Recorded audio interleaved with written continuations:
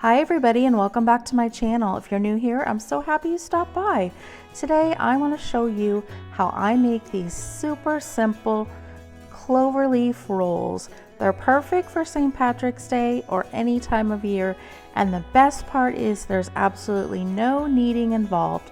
So let's get baking. We're going to need 1.5 cups of warm water, 1 tablespoon of active dry yeast, 3 tablespoons of honey, or you could use sugar. Now I'm just adding my honey and my tablespoon of yeast to the warm water, and we're just going to stir that around so we can dissolve all the granules of the yeast. And it will look like this once it's all dissolved. Now we're just going to set this bowl aside for about 10 minutes. Now in a small bowl I have 2 eggs that I'm just going to whisk together.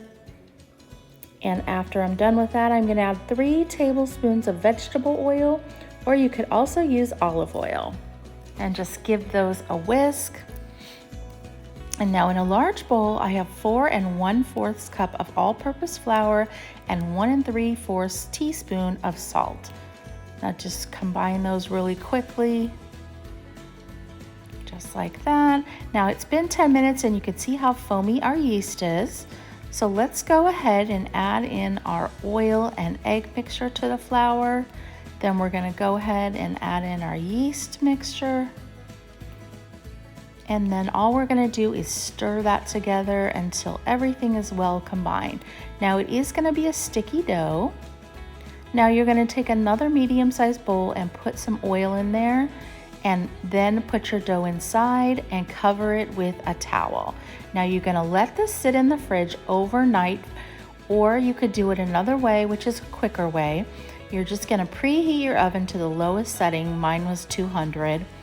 And then once you do that, you're going to let it preheat for only 60 seconds. Then turn it off. What that's going to do is just create a nice warm atmosphere in there.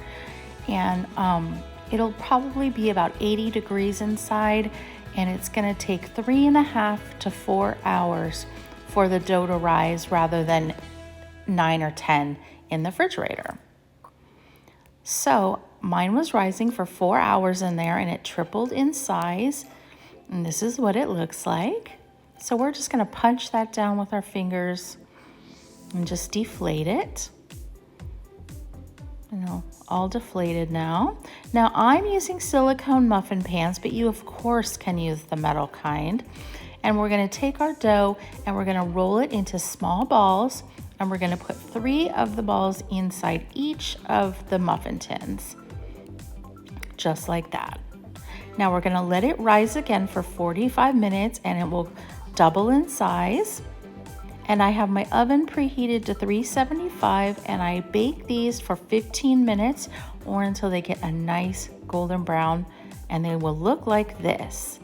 Now, just because it's St. Patrick's Day, I'm putting herbed butter on the top of mine, so it has some green to it. But of course you don't have to do that, especially if it's not St. Patrick's Day.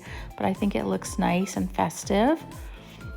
And I just love these silicone muffin pans because nothing sticks to them, and they do a pretty good job of browning on the bottom too. Now these were super hot, but I wanted to tear one open for you guys so you could see how light and fluffy they are. Look at that. So I'm just gonna taste a little bite for you guys, and they were really good. Now later on I did put some butter on them, and they were even better. Now just so you guys know, you don't have to make them in a muffin pan.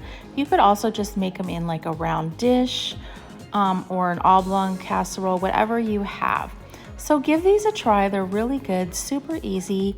Don't forget to hit that thumbs up, and we will see you on the next episode. Bye everybody.